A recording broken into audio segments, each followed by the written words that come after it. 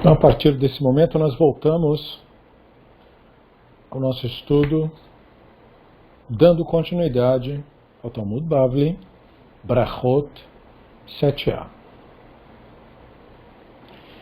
E o texto que está em azul é o texto da aula passada, que nós costumamos lembrar para então dar prosseguimento. Veimat ratach Amar Abaye Be'anach tlat sha'ei Kamayata ki chivara Karbalta de tarnegola Vekai echad kara.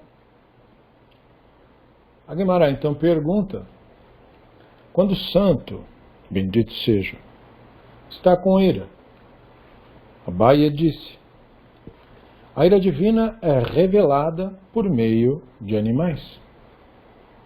Durante as primeiras 3 horas do dia, quando o sol branqueia a crista do galo, e ele fica em pé, sobre uma perna. Quando parece que a sua vida deixou, e de repente ele fica branco, é quando a ira divina, é quando a divindade fica irada.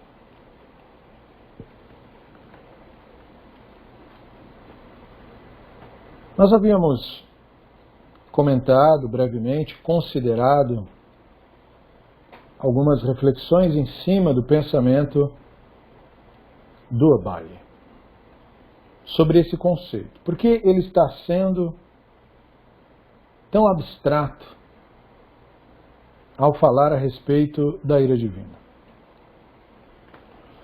Ora, porque a ira divina é uma abstração, em vez de ser algo para ser entendido literalmente. Isso tem importância especial para racionalistas como nós, já que nós não consideramos que o divino literalmente sinta absolutamente nada. Não sendo santo um ser humano, sentimentos são absolutamente impossíveis ao divino. Então Abaye nos dá uma importante lição. Se o santo é assim tão distante de nós, no sentido da sua peculiaridade, aliás, é isso que santidade quer dizer para nós, não é? Santidade, Kedushá, para nós é no sentido de distinção, que é o que essa palavra quer dizer literalmente. O santo, portanto, é o mais distinto, ou como eu gosto de brincar, o diferentão. E sendo o diferentão, ele não é parecido com nada. Então, como que nós interagimos com algo assim? Então, Abaye nos dá a lição. Ora, é muito simples. Você deve observar o mundo real, a natureza. E é nesse ponto que o Abaye nos mostra esta característica da tradição judaica clássica. Onde está o divino? O divino está no mundo.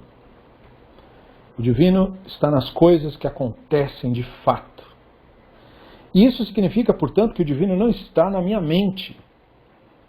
O divino não está no que eu acredito, nem no que eu penso e nem no que eu acho. O divino só está no mundo real. E como os animais fazem parte do mundo real, e como os animais não têm problema com a questão da mentalidade, a inconsciência deles nos serve, portanto, de meio para que nós possamos enxergar a realidade como ela é. Quando nós nos perdemos em nossos pensamentos, é olhando para a natureza que nós recobramos a sanidade. Daí a importância desse apontamento do Abai.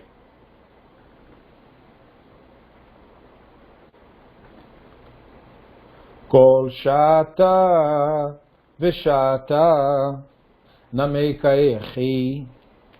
A Gemara então pergunta, o galo também fica assim a cada hora? Então aí, obviamente, como é do feitio do Talmud, o Abai traz esse ensino tão legal, e o Talmud vem e joga um balde de água gelada. Mas como assim galo fica se comportando de tal maneira? Ele faz isso toda hora. Kol shata ibai charuyakei sumakei bechachi shata leitba charuyakei sumakei.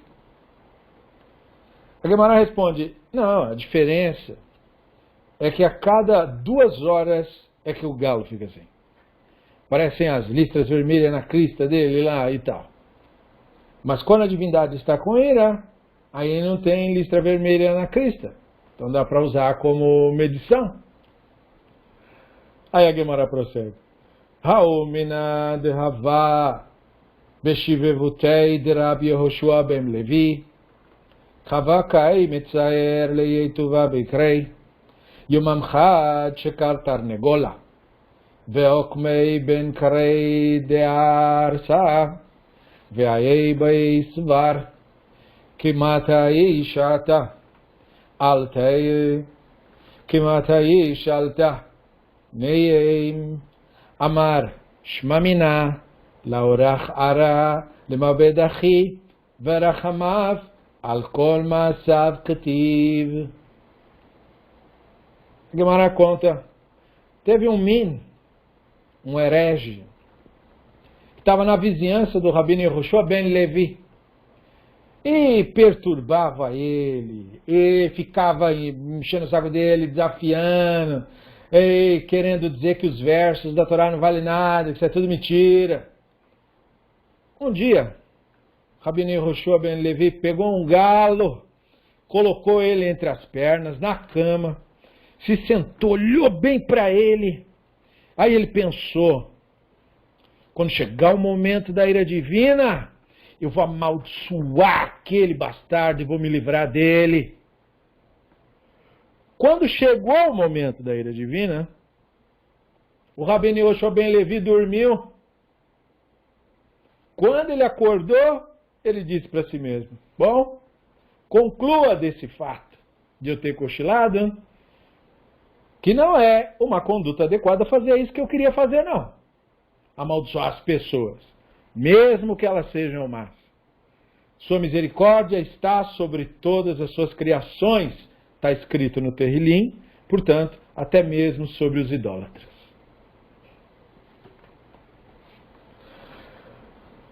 O Talmud trouxe toda a conversa para cá. Aonde, a pessoa poderia perguntar, onde que os rabinos querem chegar com isso de ver a ira divina no galo? Eles queriam chegar nisso. Se você tem o sinal, se você tivesse na sua mão a chave, como Bilam pensava que tinha, a chave do momento exato da ira divina, como é que você ia usar isso? Então a Gemara mostra um exemplo que pode acometer mesmo ao justo querer usar isso para o ego, para o Yetzer Hara. Tá lá o Min, ele perturba, cara chato. Então, por causa do meu ego, eu quero usar o que eu sei para fazer mal a ele. E aí o santo, bendito seja, como a história se constrói. Ele segue as orientações do Abaye, usando a inspiração do Abaye, mas aí ele se concentra. Pega o galo, fica olhando para o galo em silêncio. Resultado, porque ele era egóico, ele dorme. É isso que acontece, quando a pessoa não tem o costume de focar em silêncio, a pessoa fica com sono e dorme. Porque quando você está acometido por pensamentos e pelo Yetzer Hara, qual é a dificuldade? A dificuldade é aquietar-se. A dificuldade é sentar e ficar parado. A dificuldade é parar os pensamentos. E quando então ele se fez isso tendo uma motivação, ele dormiu. Porque o corpo dele entendeu que era hora de dormir. Quando ele acorda, ele reconhece a ação do divino sobre ele. Porque ele dormiu, porque ele perdeu a sua noção de vigília e, portanto, simbolicamente, perdeu a sua consciência. Porque a perda da consciência, nesse caso, não foi ele ter dormido, foi ele ter desejado amaldiçoar o Min. Então ele disso eu aprendo que não é essa conduta. Porque a misericórdia do Hashem está sobre todos, até sobre quem eu não gosto. Já que aquele ser existe, ele serve para alguma coisa. Como está dito no Pirkei Avot, não desprezes a ninguém, não desdenhes coisa alguma, pois não há pessoa que não tem a sua hora, e não há coisa que não tem o seu lugar. Mesmo o perverso serve como chicote do mundo, para que as pessoas entendam que o resultado da má ação é o sofrimento. Essa lição precisa existir. De outro modo, não damos valor a nada. É preciso que a pessoa aprenda a lei da reciprocidade. E ela só aprende isso na prática.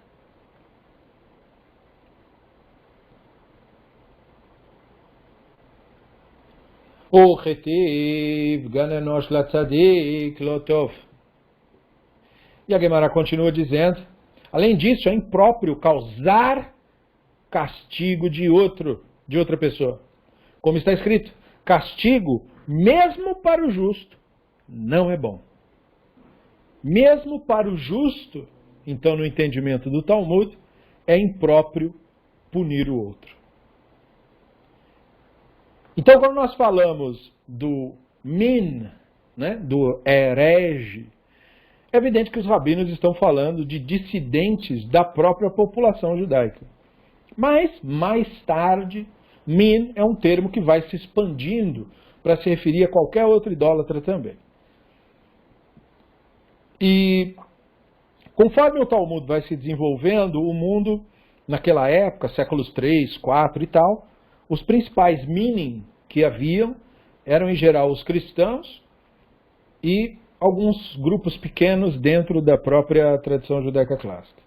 E esses grupos, como esse min do exemplo, eram aqueles que tentavam usar os nossos textos. É muito diferente, por exemplo, você falar do hindu. O hindu não é um min, ele pode até ter a sua idolatria, mas ele não é um min. Por que não é um min? Porque ele não usa os nossos textos como referência. Tudo que ele fala baseado em outros livros que ele tem lá, nos Upanishads e outras escrituras, além dos Upanishads. Então é uma outra tradição. E daí não tem necessariamente que ver com as nossas definições. Min, ele precisa, para ser min, usar o nosso texto, a nossa tradição. E, portanto, ele a corrompe, ele a torce, ele vira ela. E daí o conceito do min. E durante muito tempo, todo mundo sabe, teve uma guerra contra os judeus e contra o seu judaísmo. Principalmente quando o cristianismo se torna a religião dominante do Império Romano. E é por causa disso que, mais tarde, dentro da própria tradição judaica, como um sinal posterior deste ressentimento, especialmente na Europa, os rabinos se viram forçados a adicionar a 19ª bênção da Amidá.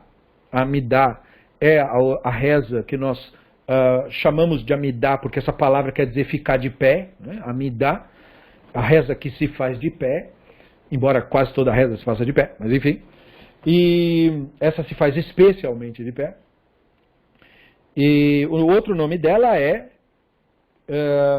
Shimoneh Esrei, né? Ou as 18, querendo dizer as 18 bênçãos, o que é uma reza, mas não é bem uma reza, porque é uma recitação de 18 bênçãos. Só que se você contar direitinho, tem 19, não 18.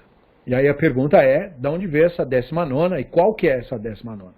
Bom, a 19ª foi adicionada no século XIX, então ela é muito recente, e é uma brachá onde se pede pelo fim dos hereges, ou da heresia, ou da idolatria no mundo, porque era um período agudo, principalmente ali na Europa, onde os psicopatas no poder, no período cristãos, estavam assassinando muitas pessoas e destruindo comunidades inteiras. Então aí os rabinos se viram forçados, por qualquer razão, né, a adicionar essa bênção na Amidá. E aí, portanto, essa adição trouxe muita atenção para esse conceito do min, não é? Mas o conceito do min precisa ser devidamente entendido. Tem a ver com quem lida com a nossa tradição. Muito bem. Tana Mishmei de Rabi Meir Bishaa Sheachama Zorachat V'chol Malchei Mizrach U'Ma'arav Manichen Kitreichen Beresheichen U'Mishtachavu Lechama Miyad Koes HaKadosh Baruch Hu. Então, explicando essa questão que causa a ira divina, o que é que causa isso? Essencialmente, é ensinado em nome do Rabino Meir. Quando o sol nasce, e os reis do Oriente e do Ocidente se colocam as suas coroas na cabeça e se curvam ao sol, o santo bendito seja imediatamente fica com ele. Então, como foi dito antes, isso ocorre todo dia de manhã. A divindade fica irada com seu mundo naquele momento, todos os dias. Então isso meio que corrobora aquilo que nos ensina o Ramban. O que é que significa na Bíblia hebraica a linguagem da ira? Se ela não quer dizer que o santo sente nada. Então o que ela quer dizer?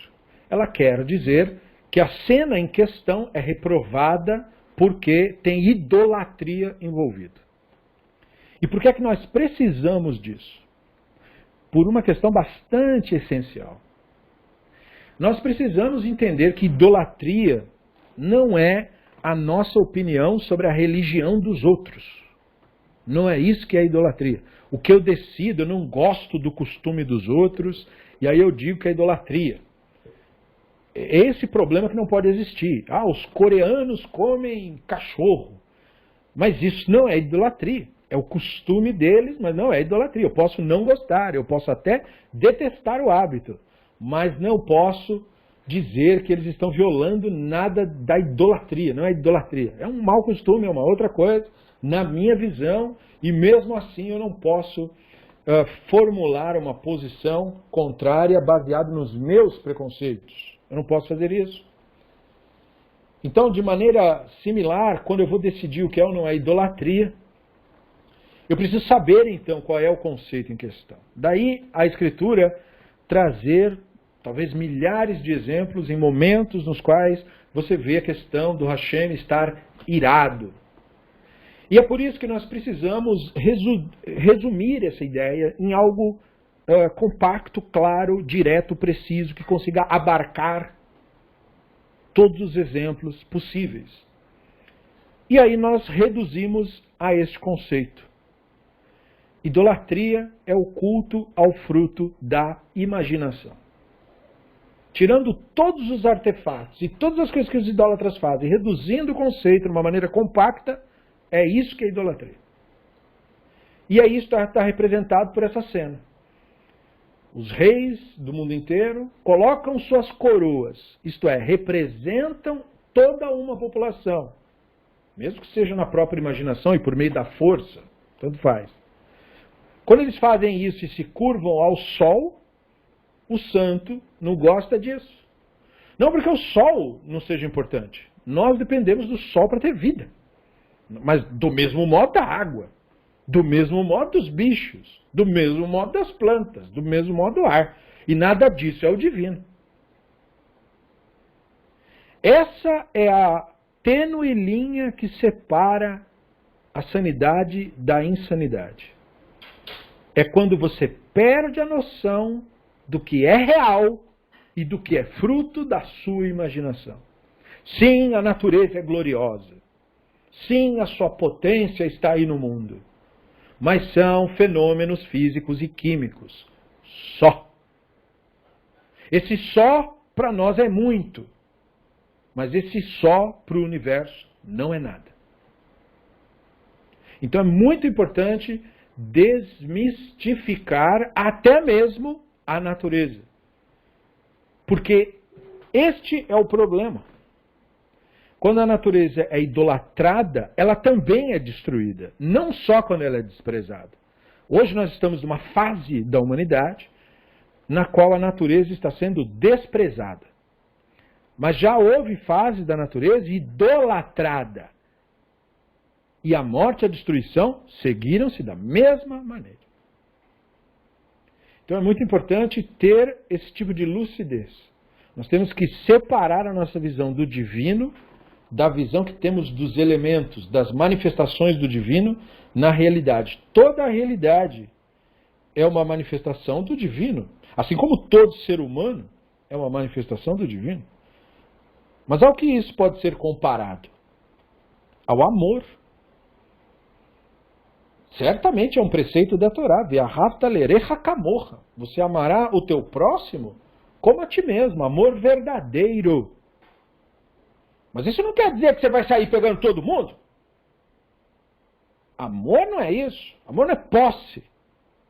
Da mesma forma, a nossa reverência para com o santo precisa de clareza e direção correta. Não é para tudo e para todos que agora eu me curvo. Espera lá. Ao santo. E eu sou grato por tudo. Eu respeito a tudo. Mas eu só me prostro perante o santo. E essa clareza é o que separa o idólatra, o que pratica o avodá zará, do que pratica o avodá Hashem. Então a linha é tênue mesmo. Não vou dizer que, não tinha como errar. Tinha. Mas é para isso que serve o estudo, né? E aí a Gemara prossegue. Ve'amar Rabi Yochanan mishum Rabi Yossi. Tová mardut achat belibo shel adam yoter mikama malkuyot. Shenemar ורדיפה את מהוויה וכדומה, ואמרה הלכה והשובה אל אישי הראשון, כי טוב לי אז מעתה. וריש לקיש אמר יותר ממאה מלכויות, שנאמר תחת גערה ומבין מהכות כסיל מאה. E o Rabino Yohanan disse, em nome do Rabino Yossi, o único arrependimento, ou pontada de culpa no coração de alguém, é preferível a muitas chicotadas administradas por outros, que causam apenas dor física, como está declarado. E ela persegue seus amantes, mas ela não os ultrapassar.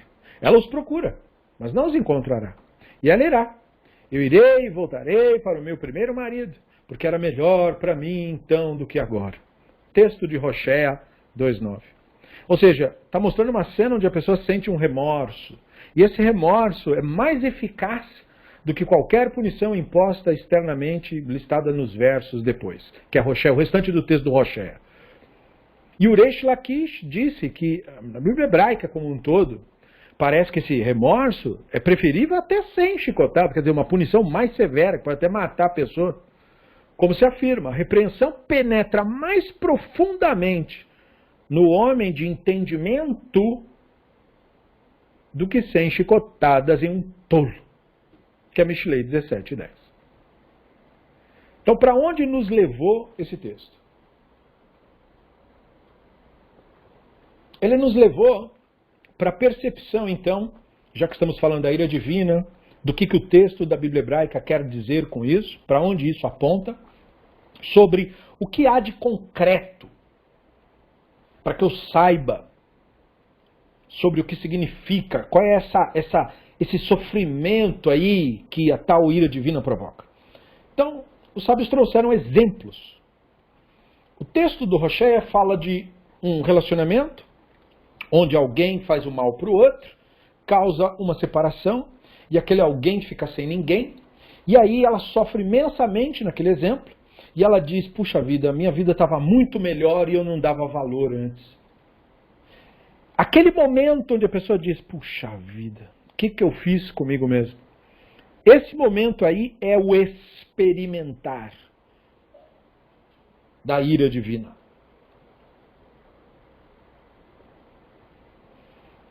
E aí o Reish Lakish diz, pois esse sofrimento que a ira divina provoca, ele é extremamente eficiente. Ele não é uma coisa para nós olharmos e dizermos para nós mesmos que não ocorra. Porque é isto daí que faz com que o ser humano volte o seu caminho, isto é, faça techuvá. Porém, ele trouxe um verso que alude a algo especial. Não surte o mesmo efeito em todo mundo, o sofrimento. O sofrimento gera um efeito profundo no ser humano que tem entendimento. Isto é, maturidade. É a isto que entendimento alude ali. Maturidade. Quando a pessoa tem maturidade, ele entende, ele sabe como usar as experiências negativas que porventura tenha, de uma maneira que lhe seja positiva. E o tolo é justamente aquele que só se ferra e nunca aprende. É aquele que dá murro em ponta de faca, como diz o ditado popular. Não aprende. Então, por que ele não aprende? Porque o sofrimento não gera o mesmo efeito nele. Porque é um tolo. Basicamente, o que é um tolo? Alguém que não consegue distinguir com clareza realidade da ficção. Esse é o tolo. É por isso que ele não aprende com as experiências. Porque as experiências acontecem no mundo real. E aonde está a cabeça do tolo? Num mundo que não existe. Então acontece algo no real e ele acha que há uma resposta no mundo que ele imagina. Aí nunca vai bater, né? Porque a realidade nunca é como eu penso.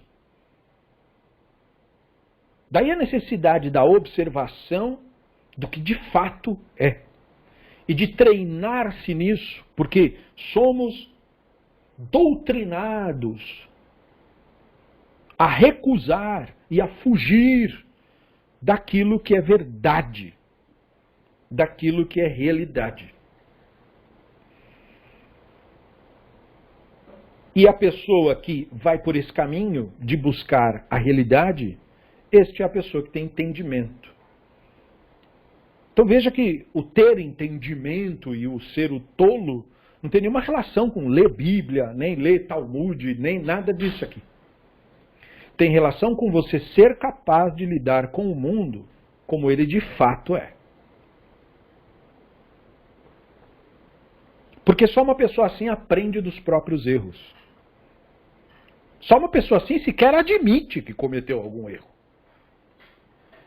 E não precisa nem admitir para os outros, mas admitir para si.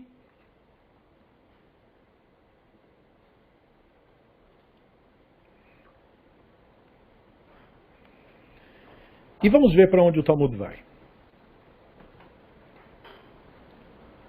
Ve'amar Rabbi Yochanan mishom Rabbi Yosei שלושה דברים ביקש משה מלפני הקדוש ברוך הוא ונתן לו. ביקש שתשרה שכינה על ישראל ונתן לו, שנאמר הלא בלכתך עמנו. Rabino Yohanan disse em nome do Rabino Yossi sobre o pedido de Moshe para que a presença divina repousasse sobre Israel como antes.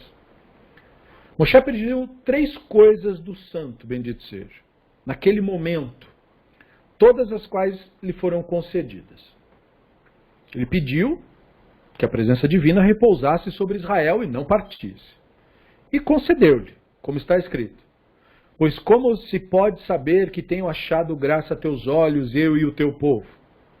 Não é porque vais conosco, para que nos distinguamos, eu e o teu povo, de todas as pessoas que estão na face da terra?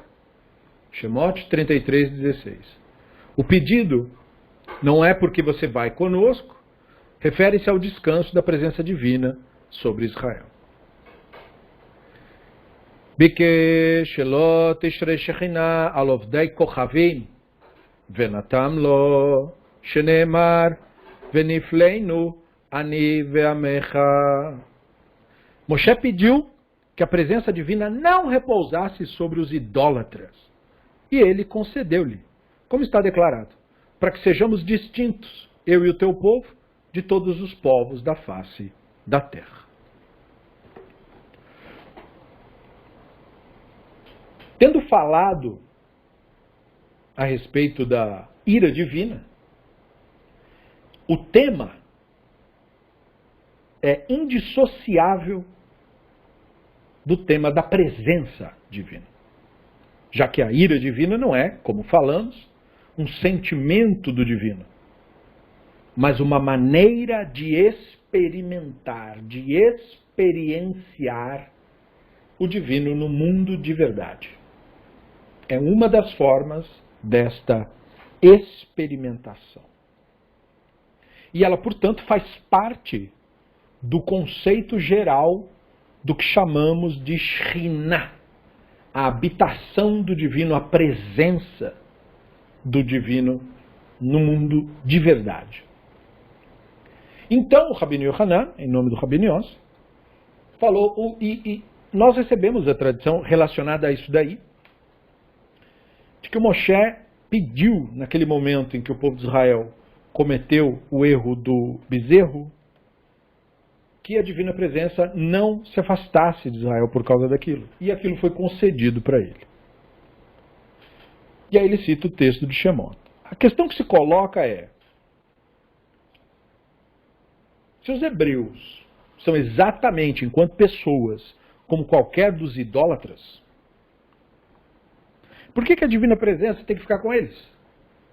A despeito de tudo isso? Porque se é a despeito de tudo isso, então que fique com todos os povos também, então. E isso se agrava com a segunda cláusula, de que o Moshe pediu que a Shekhinah não repousasse sobre os idólatras. E isso também teria lhe sido concedido. E da mesma forma, mas como que eu vou pedir para a divina presença não repousar sobre os idólatras, com uma população que acabou de praticar idolatria?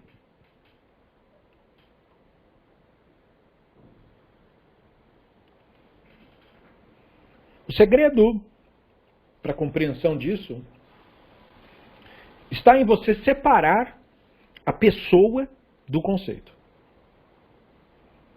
Por um momento, esqueça que Israel é um termo usado para se referir a uma específica população.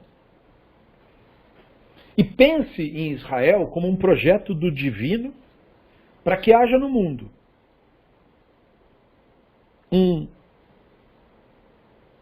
resguardo desta específica revelação do divino, que, na mão da idolatria, seria completamente profanada, transformada em mais idolatria. Como de fato aconteceu. Só ver o que fizeram quando o nosso livro foi traduzido e outros povos tiveram acesso. Eles pegaram a idolatria deles e fizeram baseado no nosso livro. Deu no que deu. E considere que o que Moshe está, na verdade, pedindo aqui é o contrário do que parece. Parece que ele está pedindo para que a divina presença fique no meio de Israel e não com os idólatras, no sentido de que os israelitas tivessem o privilégio da presença divina e não os idólatras. Tivessem o agrado da presença divina e não os idólatras. Mas todo o texto lido até agora não nos disse que a presença divina é nada gostoso, não? Todo o texto que estamos vendo até agora associa a presença do divino à ira do divino. Portanto, uma situação que nós só conseguimos suportar em estado de alerta, se prestamos atenção, Se não prestamos atenção, estamos correndo riscos. E é nesse aspecto que Moshe diz, trate como que na sua presença a nação de Israel. Porque você colocou aqui a sua revelação. Nós temos uma herança tua. Todos os povos dizem coisas sobre deuses. Então o ponto não é esse, não é ter história. Todo mundo tem história, ué. Se todo mundo tem história, se todo mundo tem crença, se todo mundo tem fé, se todo mundo tem religiões, então Moshe disse, e se isso aqui é factível, se isso aqui é um fato mesmo, se isso aqui aponta para algo do mundo real, para uma verdadeira relação com o divino na realidade, então não pode ser igual a todo mundo. Tem que ser algo que chame atenção, até para eles saberem também, porque de outro modo, eles vão ficar que nem moscas andando em círculo, que nem mariposas em torno da lâmpada, até morrer. Eles criaram um ídolo e vão ficar girando em torno daquilo ali. Então, se você não está nos dando uma experiência que realmente é distinta de qualquer coisa jamais vista, então você precisa estar conosco. Porque qual a diferença que nós temos? É nossas músicas? O que faz o judaísmo? É ficar cantando musiquinha em hebraico? É botar roupinha? É comida típica? Não é nada disso. Comida típica judaica é comida alemã. Ou comida do Oriente Médio, dos árabes. Música israelense é idêntica à música árabe. Não tem diferença nenhuma. Toca qualquer rádio aí, busca aí na internet. Rádio israelense, e vê lá. Aquilo é música árabe. Se você gosta de música árabe, você gosta daquilo também. Que é a mesma música. Se você pega a população não tem nenhuma característica própria. Os judeus europeus são europeus, como qualquer europeu. Os judeus do Oriente Médio são do Oriente Médio, igual qualquer gente do Oriente Médio. Tem judeu coreano, tem judeu chinês, tem judeu japonês, tem judeu americano, tem judeu africano. E eles são absolutamente indistinguíveis de qualquer um. Então não tem nada. O que tem de característica? O que tem de próprio mesmo? A única coisa que o povo de Israel tem, que o distingue, é o Hashem. É essa mensagem, é este conhecimento, é esta específica visão do divino. Que você não encontra mesmo paralelo em lugar nenhum. Todos os povos têm deuses, mas ninguém tem o Hashem. Então, esse saber do Hashem, que é isso que eu me refiro, que Israel possui, essa herança, e nem é uma posse concreta, é uma posse simbólica. É o que representa o que Moshe diz, você tem que vir conosco. Mas o que acontece? A presença divina permanece em meio a uma população que estava naquele mesmo momento em que ele pediu isso, praticando idolatria. O que acontece com essa população? Se a divina presença de fato ficar no meio. Bom, acontece o que aconteceu com a história de Israel. O que você vê na história de Israel? Constantes manifestos da ira divina. Especificamente com os judeus. Para todo lado. Em todas as nações. Israel pisa fora da linha, o Hashem pega pesado. Chama tanta atenção que até outras nações falam, mas não é possível. O que eles fizeram? E ao mesmo tempo, não há situação do povo de Israel em que eles não se recuperem e não sejam erguidos novamente. E a prova máxima foi o período pós-Segunda Guerra. Este é o sentido do Hashem ir conosco. Mesmo quando você experimenta a mais amarga expressão da ira divina. Que perceba, a ira divina é sobre o mundo todo. Mas Israel experimenta de uma maneira muito peculiar. Tão peculiar que chama a atenção dos outros povos. Para bem ou para mal. Israel pode ser uma das menores nações do mundo, mas é uma das que faz mais barulho. Esse é o sentido de ter a presença conosco. Então não é necessariamente nos faça melhor, pelo contrário. E ao mesmo tempo Moshe disse, e que a presença divina não repouse sobre os idólatras. Porque o que aconteceria se repousasse mesmo sobre os idólatras? Eles seriam todos mortos. Pois quem pode, na presença do divino, se curvar a um ídolo? Então, para a própria proteção do idólatra, é muito bom mesmo que o Hashem não se manifeste. E é por isso que ele vai perpetuamente, enquanto não despertar, prestar culto para o fruto da própria imaginação. E não vai ter uma experiência com o santo. Vai ter com a própria mente, vai viajar, vai usar suas drogas, vai fazer seus negócios. Divirta-se. Mas não tem essa experiência. Porque essa experiência, ela é como qualquer coisa no mundo de verdade, no mundo real. Ela é um trauma.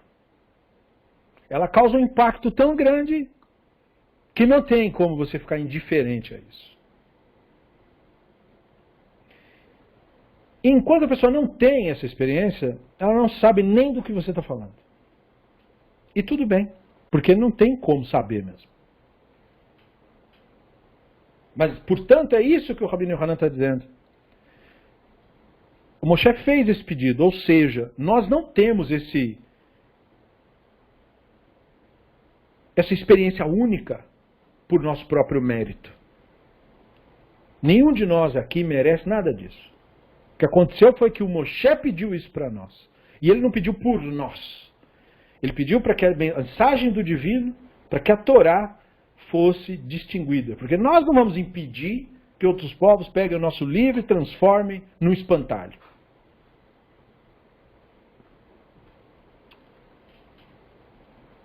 Então nós precisamos de algo que cause essa distinção. E o que distingue Israel dos demais povos, portanto, é uma coisa só. A Shekhinah, a presença do Hashem. Mais nada.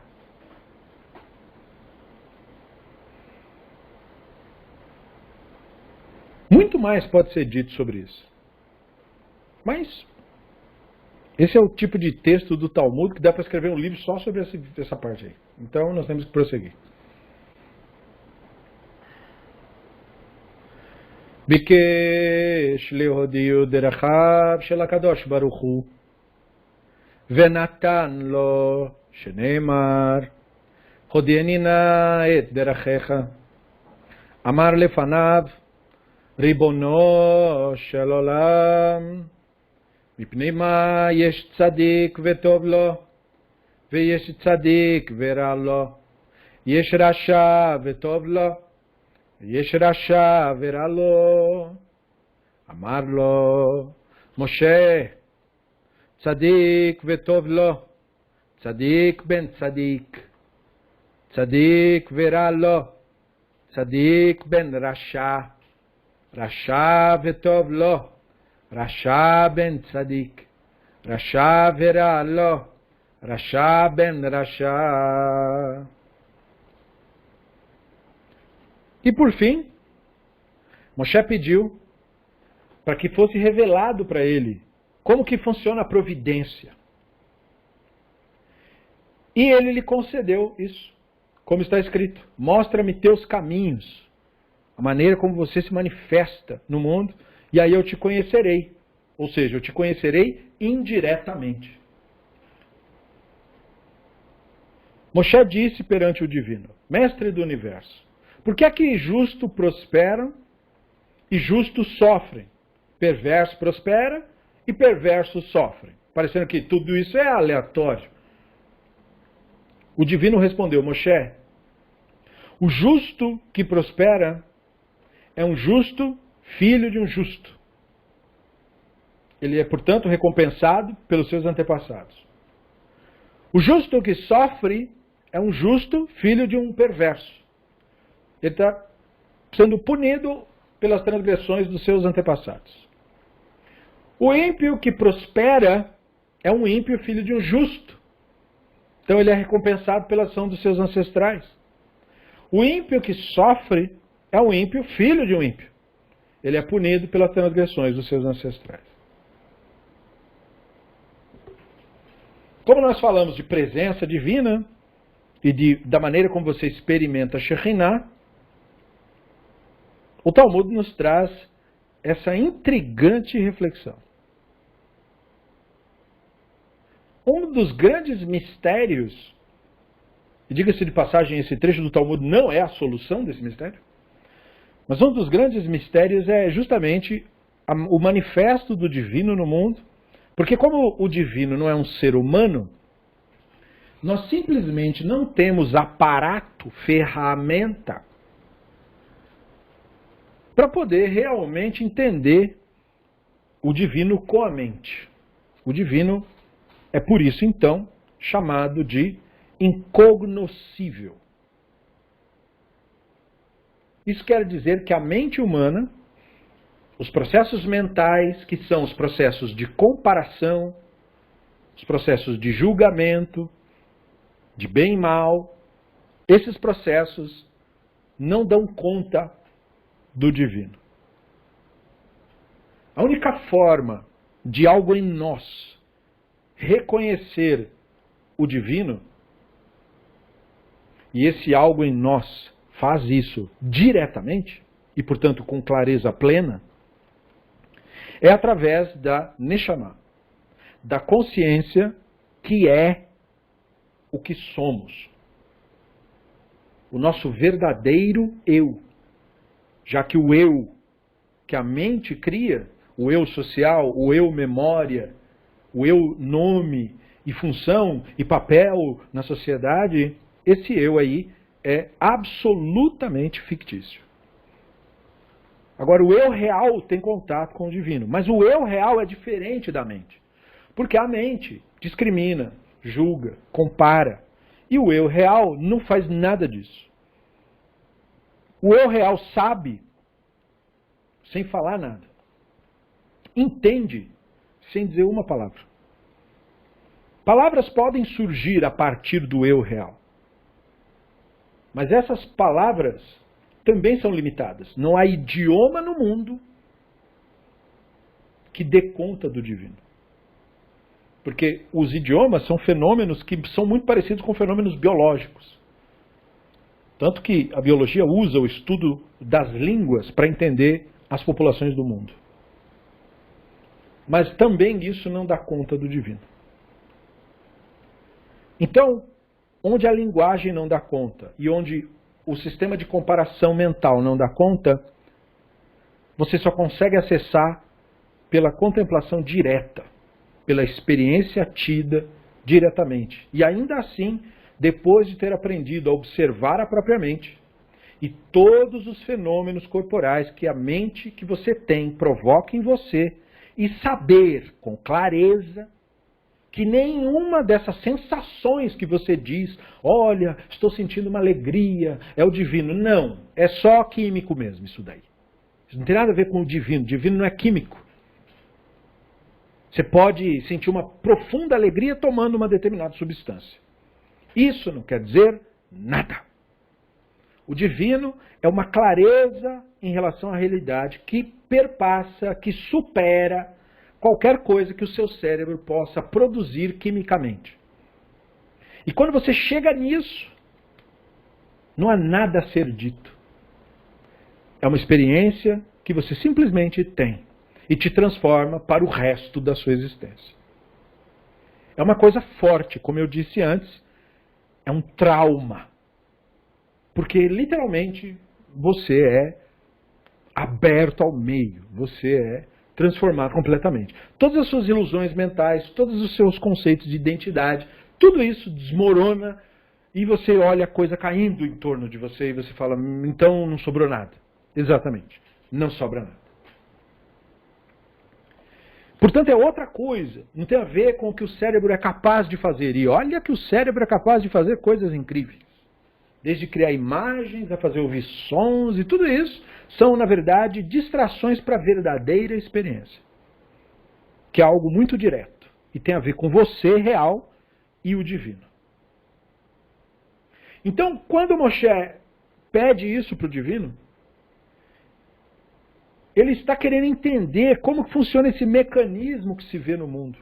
Porque nós recebemos uma tradição que recomenda determinadas ações, proíbe outras ações, e como que eu lido com isso, já que eu estou recebendo isso e o resto do planeta não está? Então como que eu entendo o mecanismo que isso funciona? E o Hashem, através dessa narrativa, o Talmud está nos mostrando que o entendimento obtido de tudo isso é: o que acontece conosco não acontece conosco de maneira isolada. Acontece com você em relação a tudo o que aconteceu antes de você. Essa é a nossa miopia. O ego nos convence que tudo tem a ver comigo. É porque eu digo uma coisa, ou eu faço, ou eu rezo, ou eu trabalho, é que o universo tem que responder ao meu ego. E o Hashem está revelando, não é nada disso, querido. Você achou mesmo que você era tão importante? Sua importância é impressionantemente irrelevante. Quando você vê um justo que prospera, não é as ações dele que estão fazendo isso. Ele tem por trás dele milhares de milhões de seres humanos que buscaram a sabedoria, que se esforçaram e que morreram para que ele estivesse ali. Ele não é nada. Ele é apenas uma parte de uma enorme construção da humanidade. Portanto, ele não tem nenhum... É por isso que o justo não tem ego. Porque ele tem essa consciência. Ele não é humildezinho, ele não finge que não merece, eu não mereço. Não, ele sabe que não merece mesmo. É um saber, não é um achar. Ele compreende que qualquer coisa que ele usufrua é mérito de milhões de outros seres humanos que trabalharam juntos, arduamente, muito antes dele existir, para que o que ele está desfrutando agora seja sequer possível. Então é o mérito dos antepassados, o mérito daqueles outros seres humanos que tornaram você possível, é o que você está achando que é seu mérito. Não tem nenhum mérito seu. É de quem veio antes. E aí o Hashem começa a brincar com isso, nessa narrativa que o Talmud criou. O justo que sofre, ele não sofre por culpa dele. Ele está fazendo tudo certo? Claro que ele está. Mas ele está num mundo maculado por gente que veio antes dele. Essa gente que veio antes dele criou toda a mácula que agora você nasceu.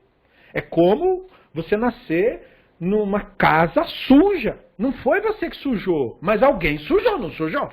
E ninguém limpou, não foi? E você está lá, é isso. Não tem mistério nenhum, não tem drama nenhum. Para de achar que as coisas acontecem por causa do seu ego. Não tem nada a ver contigo. Só tem a ver com o mundo real. Tem a ver com a realidade. É claro, cada um de nós sempre quer o melhor. Mas, da mesma maneira que você comete equívocos, e esses equívocos que você comete gerarão consequências para outros seres humanos antes de você cometerem equívocos também.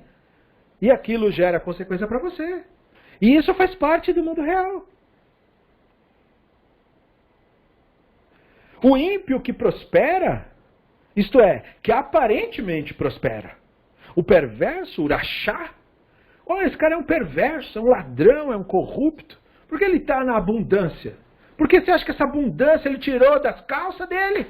Isso veio antes. Ah, mas ele tem um esquema, mas esse esquema já existia. É muito mais antigo do que você está pensando. Ninguém inventou nada, não. Isso vem de gerações anteriores já, de canalhas anteriores.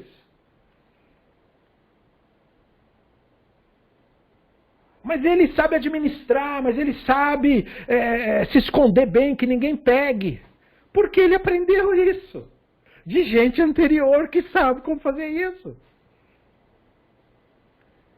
Ele não é fruto do momento. Ele é fruto de toda uma história. E no meio de toda essa história, teve gente que tinha talentos. Teve gente que sabia como falar em público, como influenciar pessoas, como gerir. E ele aproveitou essas ferramentas, ou as aprendeu ao longo do seu caminho. Ele é o perverso que prospera. Mas ele também é recompensado por ações de gente que veio antes dele. É só ver. Investigue a vida e você percebe. Estude sobre isso e você vai notar. Sempre quando você pega o grande fulano, grande criador de alguma coisa, nunca é sozinho. Sempre tem mais gente de quem ou ele explorou, ou ele roubou de alguém. Porque toda fortuna, como diz o ditado, começa com um crime. E o perverso que sofre é porque, além de ele ter escolhido o caminho da perversidade, ele já faz parte de um ciclo de destruição. Ele já nasceu em meio a isso. Então, ele já vem sofrendo as consequências, ele já é marcado, ele já faz parte daquilo. E esses símbolos linguísticos nessas frases são todos eles intercambiáveis. Nenhum deles é rígido.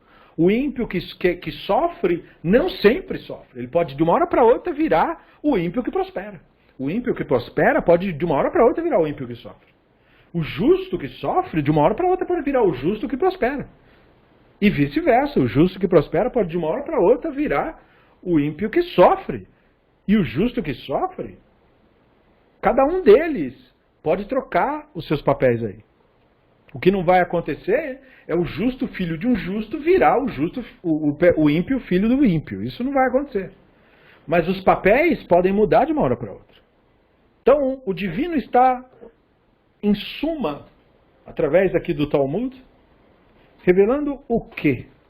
O sistema do mundo é o sistema da reciprocidade e dos resultados concretos das ações. Portanto, se você quer que a perversidade termine do mundo, regace as mangas e faça com que termine. Porque ninguém vai fazer isso para você. E o perverso também não vai parar.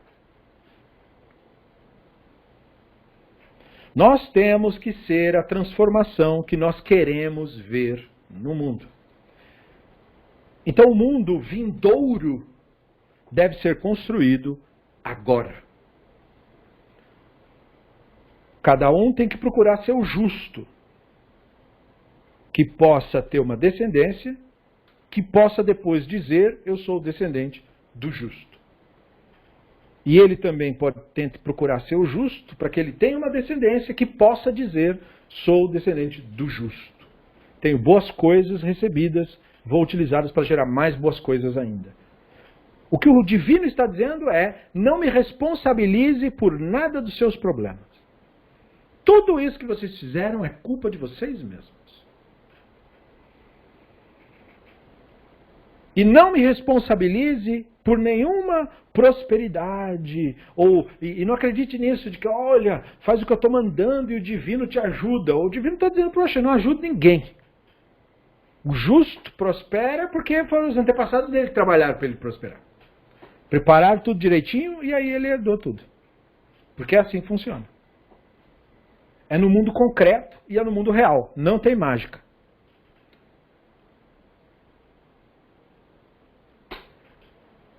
E aí o Talmud prossegue. Amar mar, tzadik vetov lo, tzadik ben tzadik, tzadik verá lo, tzadik ben rasha, inni, v'chakativ, poked avon avot al banim, ou chetiv, ou vanim lo yumtu al avot, verameinam krei hadadei. Aí a Guemará começa a investigar essa narrativa. Pera lá. Como é que é? O que ele falou? Vamos pensar nesse negócio aí. O justo que prospera é filho de justo. Uhum. E o justo que sofre é filho de um perverso? Uhum. Aí a Guemará pergunta, mas espera aí, é isso mesmo? né? Quer dizer, a pessoa é sempre punida por alguma coisa feita pelos ancestrais, mas não está escrito lá? Ele visita a iniquidade dos pais sobre os filhos até terceira e quarta gerações. Mas está escrito em outro lugar, os pais não morrerão pelos filhos e os filhos não serão mortos pelos pais. Cada um morrerá por sua própria transgressão. Então perceba o que o Talmud está fazendo. Agora ele está lapidando esse diamante. Recebemos uma grande informação. O mundo é construído com nossas próprias ações. Mas alguém pode ser levado a pensar, bom, peraí, a pessoa pode ler o texto de maneira rígida. Como se lê de maneira rígida? Estritamente literal. Então, estritamente literal, o justo que prospera tem necessariamente antepassados justos. Aí a Guemará está corrigindo. Peraí, não é bem isso. São símbolos, são arquétipos. Justo é um conceito. A gente nem sabe o que isso quer dizer. É um apelido que a gente costuma dar para quem a gente gosta, para começo de conversa. Dá para apontar o dedo para ninguém dizer o justo. E você lá sabe? Você dorme com ele por acaso? Você não sabe disso. Então, mesma coisa um perverso. Você não vai apontar o dedo para alguém só porque tem tatuagem e dizer lá o bandido. E você lá sabe se é bandido? Então você tem que observar. Peraí. O justo que prospera é filho de um justo? Bom, não é literal esse negócio. Porque do mesmo jeito que você tem o texto que diz que o Hashem visita a iniquidade dos pais nos filhos, você também tem o texto que diz que pais não morrerão por pecado de filho nenhum. Então o Talmud está elevando a questão da teologia aqui.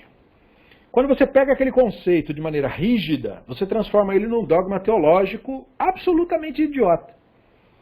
Porque aí você vai dizer que o divino é um elitista. Não é? E aí pronto, a injustiça é instaurada no mundo e você está instituindo a injustiça ao divino. Então quer dizer que toda pessoa rica é justa agora? Quem falou? Muito pelo contrário. A maior parte das desgraças, escravidão e guerras foi feita por gente que tinha dinheiro para fazer isso. Porque quem é que tem dinheiro para ficar comprando míssil e jogando nos bairros dos outros?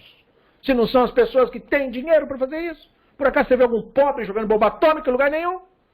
Quem faz isso é quem tem dinheiro. Quem faz isso são pessoas, são banqueiros, são gente que tem milhões. Essa gente causa o mal do mundo. Então como assim são justos? Justos coisa nenhuma. Então a Guemará está nos trazendo para reflexão, para que você separe a expressão do seu arquétipo, do que ela simboliza. Não é descendente literal. Pera lá. E aí o Talmud prossegue desenvolvendo. O Meshaneina Lakashia Ha Keshochazin Masiavoteno Bideichen Ha Keshein Chosrin Masiavoteichen Bideichen. Então a Guemará começa a tentar resolver a contradição dizendo assim, bom, isso aí não é difícil de entender. Calma, não assusta. Esse verso do Sefer Shemot aí, que falou que o divino pune os descendentes pela transgressão, ele, na verdade, representa um caso específico. Está falando assim, quando os descendentes dessas pessoas que herdaram a nossa tradição, e porque são da nossa religião, acham que o divino vai passar a mão na cabeça quando foi idólatra e tudo, eles podem ensinar isso para os filhos. Eles serão punidos pelo que eles fazem. Mas os filhos podem não seguir o caminho. Se os filhos não seguirem o caminho, não tem nada a ver com eles. Então, o segundo caso se refere ao caso daqueles que não adotam. Como está dito, eu visito a iniquidade dos pais sobre os filhos de terceira e quarta geração. Dos meus inimigos. Então é por isso que o Talmud usa esse eufemismo, os inimigos de Israel. Inimigos de Israel são judeus, herdeiros da tradição, que profana esse conhecimento, com idolatria, com misticismo, distorce o propósito de toda religião, que é promover amor, promover a união entre as pessoas, tolerância. Religião serve para isso. Porque se ela não faz isso, ela não serve para nada. Ela só serve para melhorar a sociedade, melhorar o convívio com as pessoas. Se ela não atingir esse objetivo necessariamente, ela não serve para nada. Portanto, é evidente que os sábios estão aqui, portanto, expurgando a mensagem dos seus termos. As pessoas sempre se enrolam nas terminologias. Ele fica preso à palavra justo, porque ele já usa o termo justo para querer dizer, cara que segue a minha religião. Não. Justo não é isso. Justo pode ser uma pessoa que não siga religião nenhuma. Justo quer dizer lúcido, são. Esse é o justo. Perverso também não quer dizer o que faz o que eu não gosto, o que é da outra religião. Perverso quer dizer insano, inconsciente. Essas são as pessoas que realmente causam o mal no mundo. O verdadeiro mal do mundo é a insanidade. Portanto, aí nós voltamos no conceito. É por isso que o Hashem visita a iniquidade dos pais. Perceba a sutileza do verso. O Hashem não visita a pessoa. O Hashem visita a iniquidade, a ação da pessoa. A ação da pessoa, o ato perverso, será visitado. Por quê? Porque existe o sistema da reciprocidade no mundo real. Aquilo que você faz de perverso gera um resultado que será por você mesmo experimentado. Inevitavelmente, isso é inescapável. Essa é a visitação. E percebam que no Guia dos Perplexos, nós falamos a respeito do conceito da visitação, em que o Rambam nos iluminou sobre visitação representar a punição divina. Quando o divino visita alguém, quer dizer que a pessoa será punida por aquilo. Ou seja, ela vai experimentar o divino através do seu infortúnio. E como nós sabemos que uma pessoa recebeu a visitação do divino? Os rabinos em outro lugar, no Talmud, eles dão um sinal disso, para que você saiba, inclusive. Quando você é revisitado, ocorre um fenômeno, os rabinos dizem. Você sofre o infortúnio, e no instante que você tem essa experiência, imediatamente vem a ação que a provocou na sua memória. Instantaneamente. Ninguém fala para você. Vem na hora. E aí você entende. Isso aconteceu por aquilo. Ah, tá. Quando a pessoa tem esse insight, ela teve uma visitação. Isso é muito bom para você saber. Até para a pessoa passa a vida e diz assim, eu nunca tive essa experiência com o divino. Muita gente tem essa experiência com o divino. Ela pode não saber que é isso. Mas que tem, tem. E aí quando você conta para ela que é assim, aí um monte de gente fala, ah, então eu tive. Exatamente. Porque muita gente tem essa experiência. A pessoa não tem consciência disso. Isso é ser visitado pelo Hashem. Essa é a visitação. É que tem essa linguagem. Como eu disse, você tem que aprender a separar a terminologia do seu arquétipo, do que ela representa. Não se perca nas palavras. Então, quando você se perde nas palavras, é que você não entende os conceitos. As palavras são placas. Elas apontam para alguma coisa. Elas mesmas não querem dizer nada. Então, o justo é o lúcido. E a lucidez sempre, invariavelmente, gera resultados positivos. Sempre. Sempre. A insanidade sempre, invariavelmente, gera resultados negativos. O justo que prospera, veja, conceito em aberto. Que diabos é prosperidade? Depende de cada pessoa.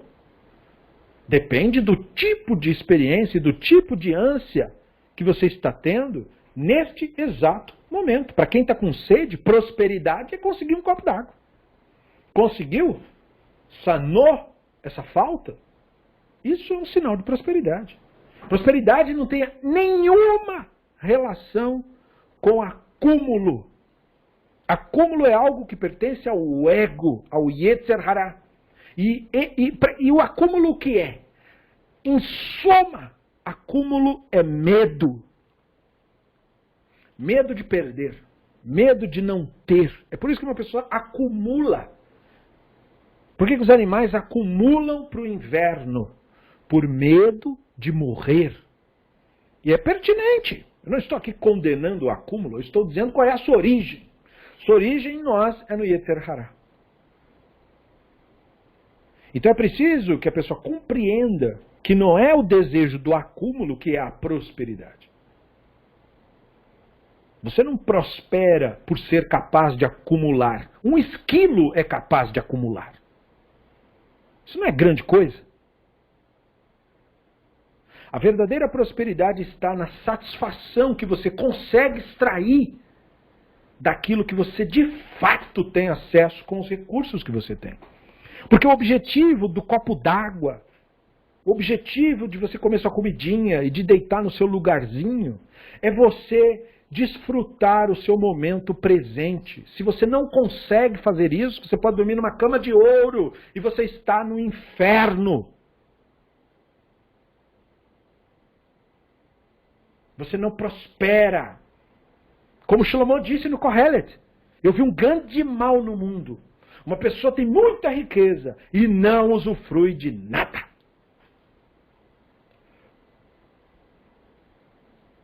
E nós achamos que usufruir da riqueza é tirar foto e botar no Facebook, com o carro, ou com a mansão, ou com não sei o quê, ou ali na piscina. Não, não tem nada a ver com isso. Porque a pessoa pode até estar fisicamente lá, mas ela de verdade não está lá. Ela de verdade está na ânsia do Yetzer Hará. Está se comparando, está buscando o outro. Não consegue viver sem a aprovação alheia, não consegue viver o momento presente onde ela está. Sempre se transferindo para outro lugar, sempre vivendo ou de passado ou de futuro. Isso não é prosperidade. Fazer o que o esquilo faz, muitos seres humanos fazem no mundo. Muitos fazem isso de uma maneira um pouco menos daninha, mas muitos mais fazem de maneira daninha. Qual é a sua motivação? O ego, o Yetzer Hará. Por isso acumulam, mesmo que isso cause que falte para os outros. Não se importam. E essa Guemará está nos trazendo para um fato. O justo é o lúcido. E as ações praticadas na lucidez e na sanidade são a verdadeira prosperidade. Esta é a prosperidade. Prosperidade não é você ter um monte para acumular para nada. É você ter exatamente o que você precisa e conseguir disso extrair plenitude.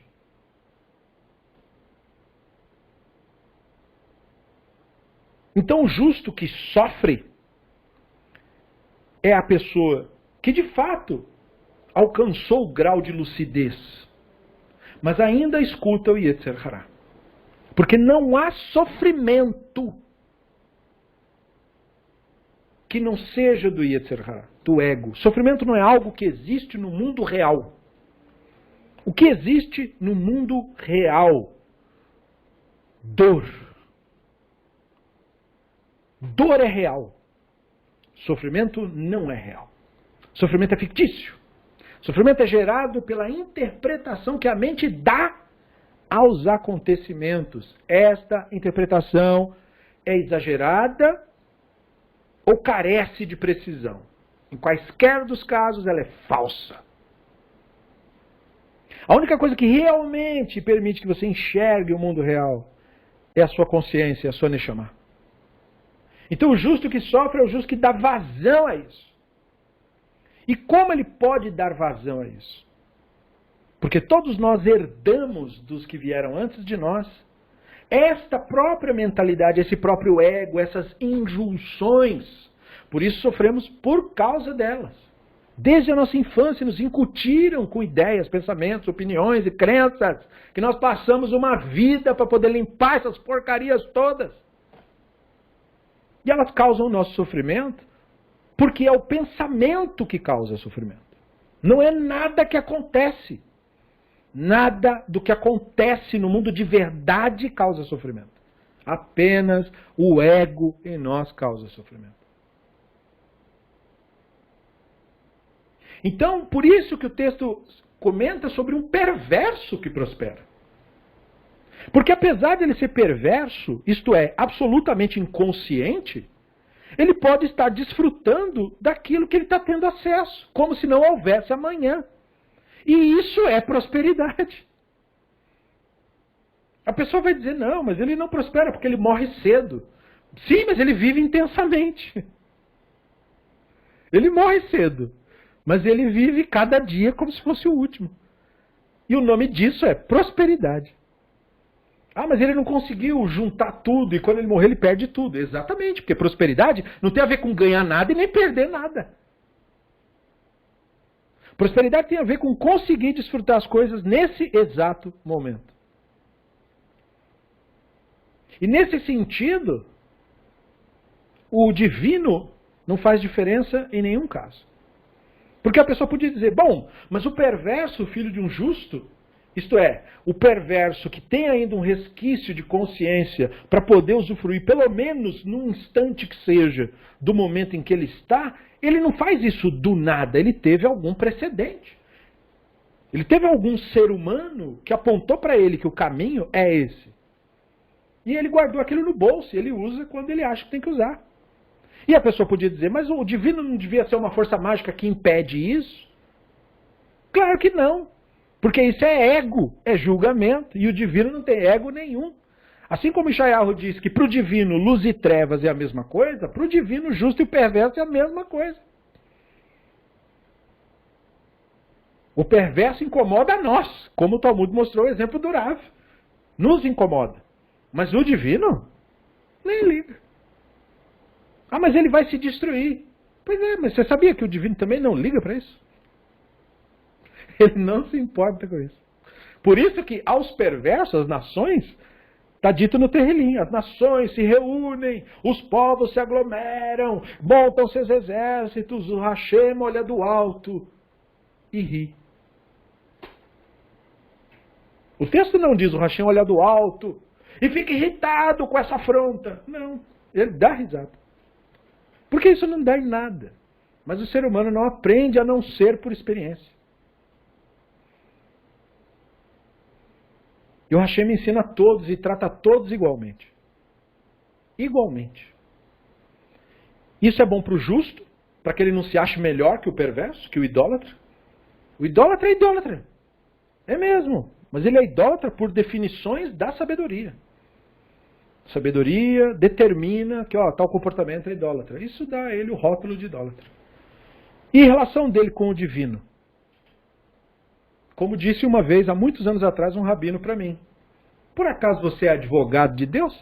Você está sentado na mesa dele? Então, vá cuidar da sua vida. Deixa que o Hashem cuida das coisas dele. Não se meta nas coisas dele. Não mexa na mesa dele. Não mexa nos arquivos. Não se meta. Ele não gosta. Se botar a mão numa coisa na mesa dele, você vai ver outro Hashem por aqui. Ele me dizia. Não mexa em nada dele. Deixa tudo quieto. Nós somos como crianças que o pai trouxe para ver onde trabalha. Não mexa em nada. Deixa como está. Aproveite o privilégio de estar vendo onde o pai trabalha. E só. Não faça bagunça. Assim somos nós em relação a esse nosso julgamento. Por isso a necessidade de observar o Yetzer Hara em nós. Parar de se incomodar tanto com os outros. E todo esse ensino que nós vimos hoje, que envolve a ira divina, a Shekhinah, a presença do divino, essa questão da presença do divino se manifestar sobre Israel e a relação disso com os demais povos tem direta relação com este ensino. Porque o resultado é uma coisa, é consequência da outra. Portanto, o mundo que nós estamos, nós constantemente dizemos isso na nossa insanidade, em nossos momentos de insanidade, que o mundo é injusto, que as coisas são injustas. E essa sabedoria vem nos lembrar. Eu sei que não parece certo para você. Mas é porque você está olhando a coisa do ponto de vista do ego. Tente olhar pela Neshama, não pelo ego. Tente entender que o divino não é seu ego. E nem um ego. O divino não tem nada disso. O divino é uma força que envolve a questão do universo inteiro. É muito maior do que nós. É muito maior. Por isso nós temos que tirar o ego de nós, para que a gente consiga acessar a sabedoria. O divino visita a iniquidade. Visita as más ações. Porque toda má ação gera o seu contraponto. E o que é uma má ação? uma ação qualquer pautada no ego, pautada no Yetzer Hará. E o que é uma boa ação? Toda ação espontânea que parte direto da Neshama. Ela sempre será a expressão de amor, de afeto, de cuidado, de honrar, de respeitar os limites, de saber cuidar, de saber preservar, de ter paciência.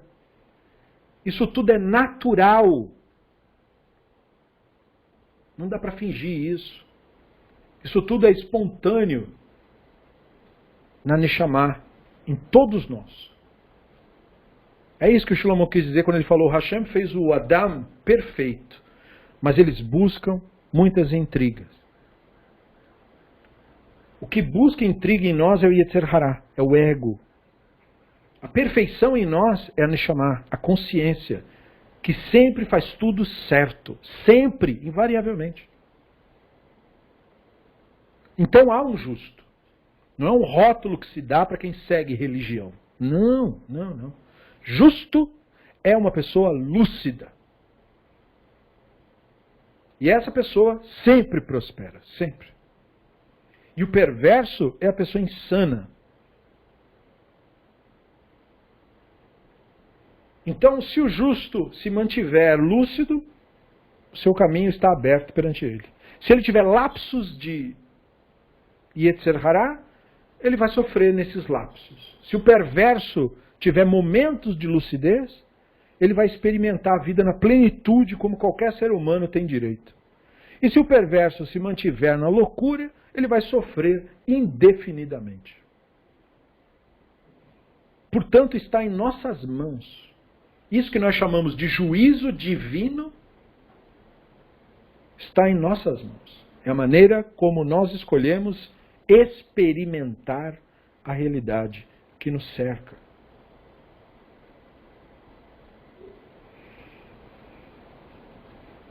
Bom, há muito mais a ser dito, mas o tempo nos impede de prosseguir. Então, por causa disso, mais uma vez nós temos que pausar para darmos continuidade na nossa próxima aula, B'ezrat Hashem Yitbarach.